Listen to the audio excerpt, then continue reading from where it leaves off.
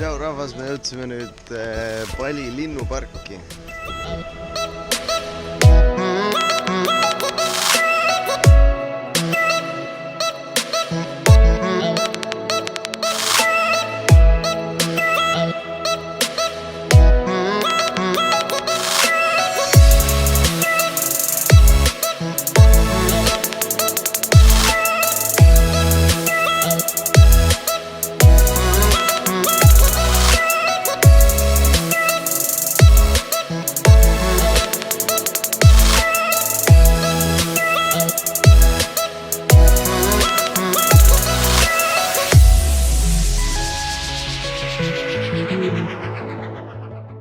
Leidsin uue sõbra omale.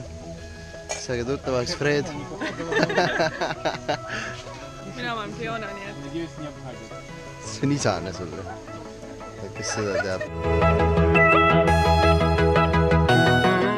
Vähemalt ei tee väga haiget. Ma kartsin, et hakkavad küünistama, eriti kui on päikese parem. Vaata seda punkarit. Nagu nägite, siis me olime praegu lindudega või sellised pisikesed mingid papagoidvärgid ja üks lendas täpselt pea kohale, sittus pähe peast käe peale, käes oli kaamera ja kaamera sai ka.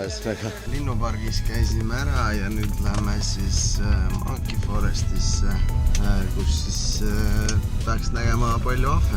No nii, mu daamid ja härrad, me oleme nüüd lõpuks Monkey Forestis, piletid ostsime ära ja nüüd lähme siis sinna sisse ja vaatame, loodame ahve näha.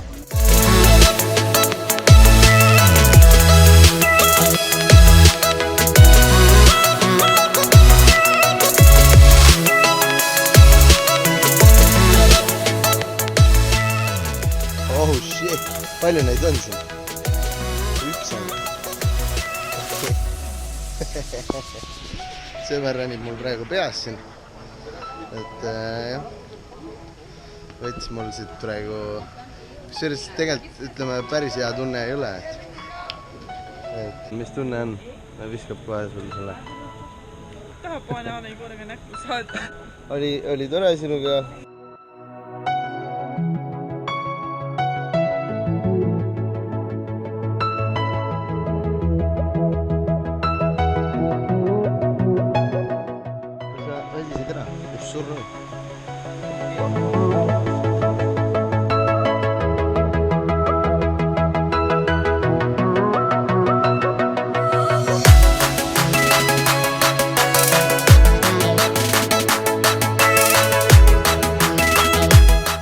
Waterfalli juurde jõudsime. Siit on vaja trepist alla minna ja need trepid on siin päris jõhkrad. Siit on nagu minna sitaks, pärast hakka üles tulema. See on kõige hullem. Tuleb öelda, et see on päris äge kogemus olla nii võimsa loodusnähtuse kõrval. Sitaks äge.